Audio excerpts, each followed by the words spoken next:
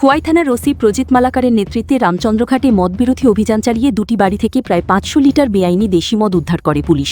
মদ তৈরির সরঞ্জাম ও কাঁচামালও ঘটনাস্থলে ধ্বংস করা হয়। পুলিশের উপস্থিতি টের পেয়ে বাড়ির মালিকরা পালিয়ে যায়। তাদের বিরুদ্ধে মামলা দায়ের করে গ্রেফতারের চেষ্টা চলছে। এলাকাকে নেশামুক্ত করতে অভিযান অব্যাহত থাকবে বলে জানিয়েছে পুলিশ। গোপাল সিংহর report, Assam prime network. Ramchandraghat দুটি বাড়িতে মদ বিরোধী অভিযান করি এবং প্রচুর পরিমাণে দেশীয় বাংলা মদ এবং মদ তৈরির সামগ্রী পাওয়া যায় এবং বাড়ির মালিক আমাদের উপস্থিত করে পালিয়ে যায়, কিন্তু আমরা বাড়িতে থাকা সেই মদের সামগ্রীগুলি প্রায় ধ্বংস করি। প্রায় ৫০০ লিটার মতো দেশীয় বাংলা মদ এবং বিভিন্ন সামগ্রী ধ্বংস করি এবং বাড়ির মালিকের বিরুদ্ধে আমরা একটা ত্রিপুরা এক্সাইজে পিআর সাবমিট করছি, করাচ্ছি।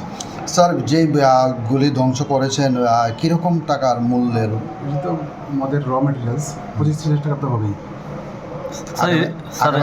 আগামী দিন কি স্যার অবশ্যই আমাদের এই অভিযান জারি থাকবে।